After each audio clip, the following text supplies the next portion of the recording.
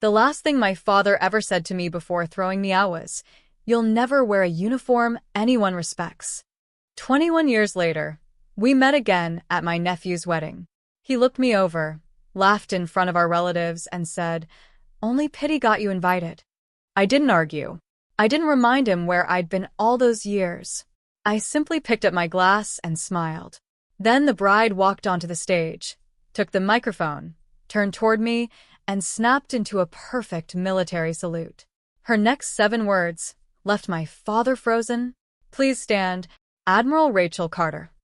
My name is Rachel Carter, and I'm 48 years old. The last time my father looked me in the eyes before my nephew's wedding, he'd pointed at our front door and said, "If you walk out to join the Navy, don't ever come back." I walked anyway. 21 years passed before I saw him again. People assume being thrown out changes your life overnight. It doesn't. It changes it one lonely morning at a time. One unpaid bill. One birthday spent alone. One holiday where your phone never rings. I grew up in a small town outside Norfolk, Virginia, where everyone knew my father, William Carter. He owned the largest marine equipment company in the county. Around town, people respected him. At home, respect wasn't enough. He demanded obedience. My older brother, Daniel, was everything Dad wanted. Confident, business-minded, eager to inherit the company one day. I was different.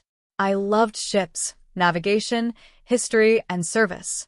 While other teenagers dreamed about sports cars or college parties, I spent weekends touring naval museums and reading biographies of decorated officers. Dad called it a phase. When I graduated from college, he placed a contract across the dining room table. "I've created a management position for you at Carter Marine," he said. "You'll start Monday." I slid another envelope toward him. Inside was my acceptance letter from Officer Candidate School. His smile disappeared instantly. "What is this?" "I enlisted." "You did what?" "I've wanted this for years." He stared at me as if I had confessed to a crime. "I didn't raise my daughter to take orders from strangers." "No," I answered quietly. "You raised me to think for myself." The room became so silent I could hear the kitchen clock ticking. Dad slowly stood. "You walk out that door for the military, don't bother calling this family again." Mom opened her mouth like she wanted to say something. She never did. Daniel looked down at his plate. No one stopped me. I picked up my duffel bag, walked to the front door, and left the only home I'd ever known. I cried before I even reached my car. Not because I regretted my decision, because I realized I no longer had a family. Officer Candidate School was nothing like the recruiting commercials. There were no dramatic orchestras. No slow-motion victories. Just exhaustion. Every morning began before sunrise. Every mistake belonged to the entire class. Every weakness was exposed. There were nights I fell asleep sitting against a wall because I was too tired to climb into bed. I thought about quitting more times than I'll ever admit. Whenever I did, I remembered my father's voice. "You'll never make it." Eventually, I stopped trying to prove him wrong. I started proving myself right. Years turned into deployments. Deployments became commands. Commands became responsibilities measured not in paperwork, but in people's lives. I served aboard destroyers, cruisers, and carrier strike groups. I missed birthdays, funerals, Christmas mornings, anniversaries, friends buried at sea. Every promotion came with another sacrifice. Every medal represented a problem no one ever wanted to face again. Leadership wasn't about giving orders. It was about making impossible decisions while pretending everyone else should stay calm. Some nights, I signed letters that would forever change another family's life. Those signatures weighed more than any rank ever could. Slowly, almost without realizing it, people began trusting me with bigger commands. Then larger fleets. Then international operations. Decades after walking out of my father's house carrying one duffel bag, I stood on the deck of a naval vessel as someone placed another star on my uniform. Admiral. The word still didn't feel real. Reporters asked about my career. I rarely gave interviews. Awards came and went. Promotions were announced. But I kept my personal life private. Very few people knew I hadn't spoken to my parents in over 2 decades. As far as I knew, they weren't interested. Neither was I. Or, at least, that's what I kept telling myself. Then, 3 months before my 48th birthday, an ivory envelope arrived at my condo overlooking Chesapeake Bay. No return address. Inside was a wedding invitation. My nephew, Ethan Carter, was getting married. At the bottom, written neatly in blue ink, was a handwritten note. Aunt Rachel, I know there's a lot of history, but I'd really like you there. It wouldn't feel right without you. I read those 2 sentences at least 10 times. I hadn't seen Ethan since he was a little boy building toy ships on my parents' living room floor. Now he was getting married. I almost declined. Old wounds have a way of convincing you they're safer left untouched. But something inside me whispered that this wasn't about reopening the past. Maybe it was about finally closing it. So, on a warm Saturday afternoon, wearing a simple navy blue dress instead of my uniform, I pulled into the country club where the wedding was being held. I took one deep breath, stepped out of the car, and walked toward the entrance. Then I saw my father standing near the ballroom doors. After 21 years, he looked directly at me. For a moment, neither of us moved. 21 years disappeared in the space between us. Time had changed my father. His hair was completely gray now, his shoulders slightly bent, but his expression hadn't softened at all. The same hard eyes, the same confidence that everyone in the room would agree with whatever he said next. He looked me up and down. So, he said with a crooked smile, "You actually came." I did. I honestly didn't think you would. I almost didn't. He chuckled, though there wasn't any warmth behind it. "Well," he said loudly enough for nearby guests to hear, "I suppose Ethan convinced everyone to invite you." A few relatives turned toward us. Some recognized me immediately. Others whispered to each other, trying to remember where they'd seen me before. Dad leaned a little closer. "You know the truth, don't you?" I simply looked at him. "Only pity got you invited." The words landed exactly the way he'd intended. A couple of cousins exchanged uncomfortable glances. One uncle looked down at his drink. Someone gave an awkward laugh before realizing no one else was joining in. 21 years ago, I would have defended myself. I would have argued. I would have tried to explain. Not anymore.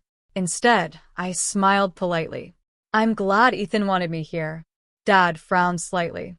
My calm response had stolen the argument he was hoping for. He wasn't interested in peace. He wanted a reaction. "I heard the Navy kept you busy," he continued. "It did. And now what?" "I still serve." He gave a dismissive wave. "I always figured you'd come back eventually." "I never needed to." His jaw tightened. Before he could answer, someone called my name. "Aunt Rachel." I turned to see Ethan weaving through the crowd with the biggest smile on his face. He wrapped me in a hug so genuine that every bit of tension melted away for a moment. "You actually came," he said. "I wouldn't have missed your wedding." "I was hoping you'd say that."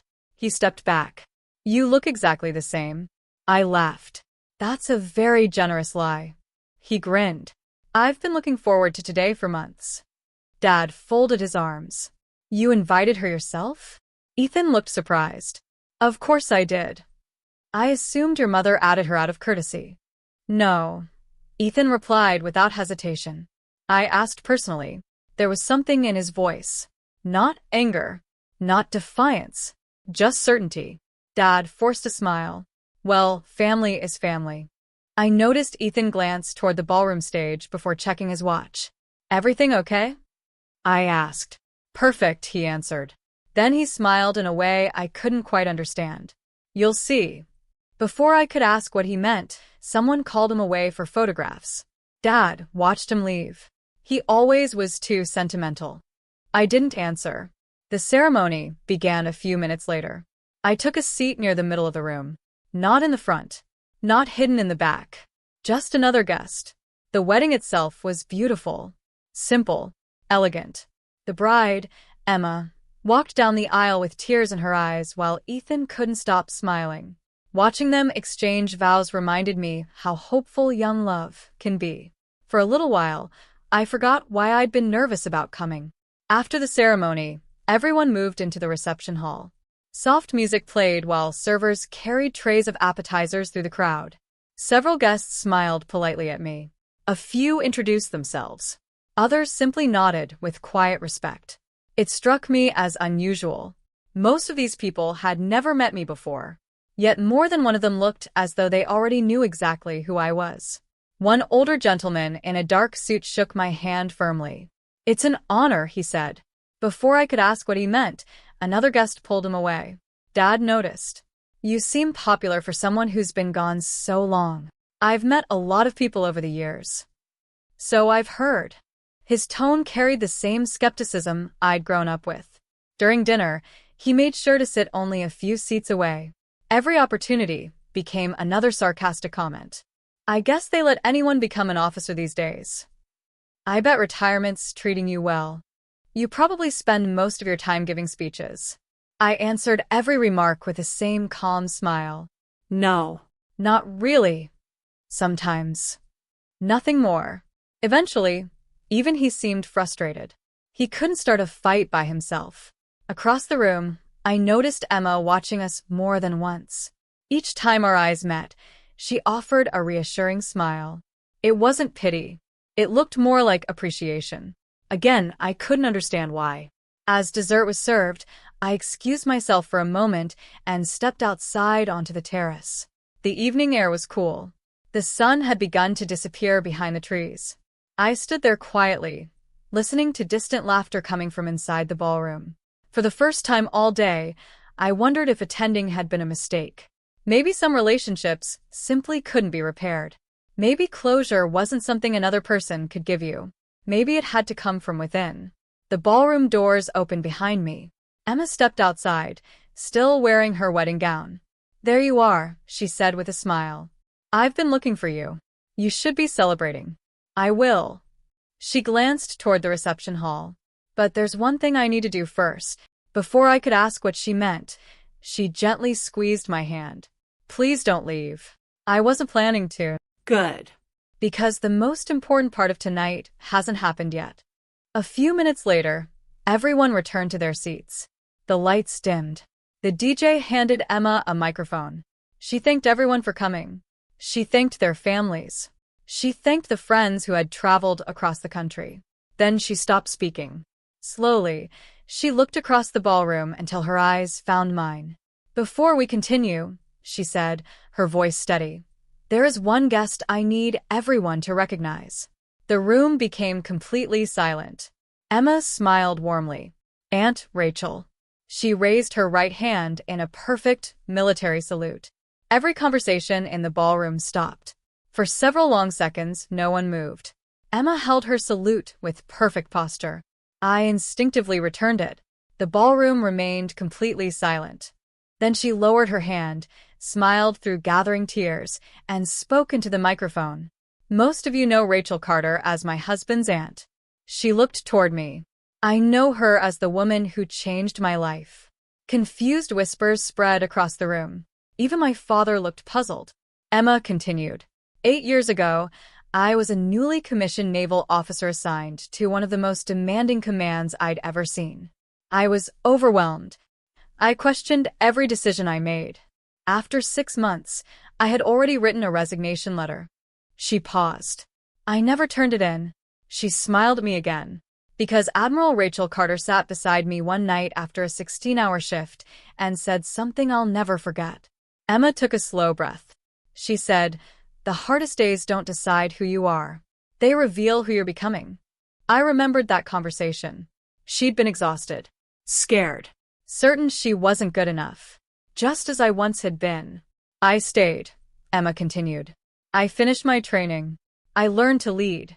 I learned to believe in myself because someone believed in me before I could. She turned toward the guests. Everything good that happened afterward started with that conversation. She reached for Ethan's hand. "That's how I met my husband." The room listened without making a sound. I almost left the Navy before accepting an assignment that eventually brought me to Ethan. If Admiral Carter hadn't convinced me to stay, I honestly don't think this wedding would even be happening. Ethan smiled and nodded. She's right. He stepped beside his new wife. When Emma told me about the officer who inspired her career, I had no idea she was talking about my own aunt. Soft laughter spread through the ballroom. When I finally learned the truth, Ethan continued, I spent months trying to reconnect with her. She never asked for recognition. She never wanted attention. She simply kept serving. He looked toward me. You've always been part of this day. My father shifted uncomfortably in his chair. Emma continued. There are also guests here tonight who know Admiral Carter from another part of her journey. Several men and women stood from different tables. Some wore military dress uniforms. Others wore civilian suits with small service pins on their lapels. One by one, they raised their hands in salute. Then another group stood. Then another. Nearly a dozen current and former service members faced me with quiet respect. One retired captain smiled. I served under her for 4 years. Another woman spoke. She personally recommended me for command. A younger officer added, she wrote the letter that changed my career. The applause began softly, then grew louder. Soon the entire ballroom was standing, not because of my rank, because of what those people had shared. Emma lifted her glass. I'd like everyone to join me. Servers quickly filled the remaining glasses. She looked directly at me. To Admiral Rachel Carter. She smiled. The woman who taught us that real leaders never demand respect. They earn it. To Admiral Carter. Every glass in the room lifted into the air. The applause echoed through the ballroom. I looked around slowly, not at the people applauding, at my father. For the first time in my entire life, he had nothing to say. His confident smile was gone. His shoulders seemed smaller somehow. Not because anyone had embarrassed him, because the story he'd believed about me for 21 years had quietly fallen apart in front of everyone. When the applause finally settled, I walked onto the stage. Emma hugged me tightly. So did Ethan. I leaned toward the microphone. I'm honored, I said softly. But if tonight proves anything, it's this. I looked around the room. Titles fade. Uniforms eventually come off. What people remember is how you treated them when nobody else was watching. I smiled at Emma. You earned everything you've accomplished. I just reminded you not to quit. The room applauded once more. The rest of the evening felt lighter. People shared stories. Old shipmates laughed about impossible missions. Young officers asked for photographs. Families danced. For the first time in years, I simply enjoyed being present. As the reception came to an end, I stepped outside to enjoy the cool evening air. Footsteps approached behind me. I already knew who it was. My father stopped a few feet away. Neither of us spoke immediately. Finally, he cleared his throat. I was wrong. The words sounded unfamiliar coming from him. I thought success meant building a business. He looked toward the ballroom windows. I didn't realize you had built something much bigger. I listened quietly. I can't change what I said 21 years ago. No, I replied gently. You can't. His eyes filled with regret. I'm sorry. I believed he meant it. For the first time, he truly did. But some bridges aren't rebuilt simply because someone finally regrets burning them. I offered a small smile. I appreciate the apology. He looked hopeful. But forgiveness, I continued calmly, doesn't always mean life goes back to the way it was. He slowly nodded. I understand. I hope you find peace, Dad. And I hope you do too. For a moment, neither of us moved. Then I turned and walked toward the parking lot. Not in anger. Not in triumph.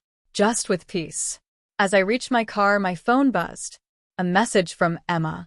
Thank you for coming. You made today complete. I smiled before typing back. No, you did. Congratulations to both of you. I slipped the phone into my pocket and looked once toward the ballroom. 21 years earlier, I had walked away from my father's house believing I had lost everything. Tonight, I realized I hadn't lost my future. I had simply walked toward it. And the greatest victory wasn't becoming an admiral. It wasn't the applause. It wasn't proving my father wrong. It was discovering that the people who truly matter will recognize your worth, even when the people who should have never did.